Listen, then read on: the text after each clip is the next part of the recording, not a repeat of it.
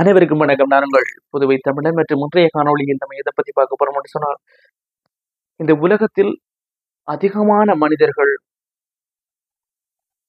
நானும் உள்ளடங்கலாக அதிகமான மனிதர்கள் நினைக்கின்ற ஒரு விடயம், நினைத்துக் கொண்டிருக்கின்ற ஒரு விடயம் என்னன்னு சொன்னால், எல்லாருடைய கவனமும் தன் மீது மட்டும்தான் இருக்க வேண்டும், தன் மீது இருக்க வேண்டும்.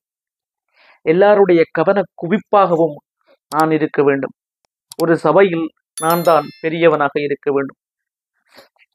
எல்லோராலும் புகழ்ந்து பேசப்படுகின்ற ஒரு நபராக ஒரு இடத்தில் நான் செல்லுகின்ற அனைத்து இடத்திலும் இருக்க வேண்டும் என்பது இது ஒரு தவறான எண்ணக்கரு.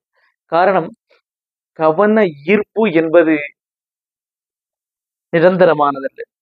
அது அந்த சபைக்கு, அந்த பொருத்தத்திற்கு, அந்த இடத்திற்கு மாத்திரம்தான் அந்த கவன ஈர்ப்பு பொருந்தும். உதாரணம், ஒரு ரோட்ல பைக் ஒருத்தன் ஒத்த டயர் தூக்கிட்டு ஒத்த டயர்ல ஓடுறான்னு சொன்னா, அந்த கவன குவிப்பு, அந்த கவன ஈர்ப்பு அந்த இடத்துல இருக்கும்.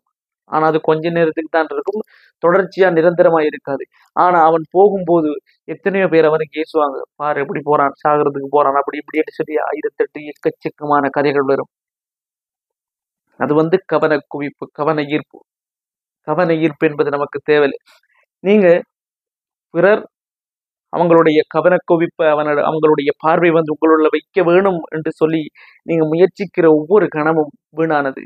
அந்த டைம் நீங்க உங்களுக்கு ஒரு இலக்கை நிர்ணயிச்சு உங்களுடைய லட்சிய பாதையை நோக்கி ஓடிக்கொண்டே இருந்தீர்கள் என்று சொன்னா, அந்த கவன குவிப்பு முற்று முழுவதுமாக நிரந்தரமான ஒரு மரியாதையாகவும், ஒரு ஊக்கம், உங்களை பார்த்து மற்றவர் ஊக்கம் அடையக்கூடிய நபராகவும் நீங்கள் மாறுவீர்கள்.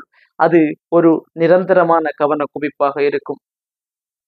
எனவே தற்காலிகமான ஒரு கவன குவிப்பிற்காக தன் அருகில் நிற்பவரை ஏளனம் செய்வதும், அந்தஸ்து காட்டி ஒரு வந்தா காட்டுறதும், அல்லது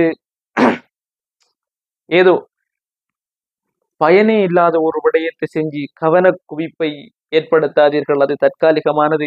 உங்களுடைய வெற்றியால் ஒரு நிரந்தரமான கவன குவிப்பை ஏற்படுத்துங்கள். அனைவருக்கும் ஊக்கமளிக்கக்கூடிய இன்ஸ்பிரேஷனாலாக நீங்கள் வந்தால் அது நிரந்தரமான கவன குவிப்பாகவும் உங்களுக்கான மரியாதையாகவும் அது இருக்கும். எனவே உங்களுடைய லட்சிய பாதையில் அந்த கவன குவிப்பை ஏற்படுத்த முயற்சி செய்யுங்கள். என்றும் வெற்றி நிச்சயம். என்றும் தற்காலிகமான ஒன்றை தேடாதீர்கள், நிரந்தரமான ஒன்றை தேடுங்கள். அதுவே உங்களுக்கான கவன குவிப்பாக அமையும். நன்றி, வணக்கம்.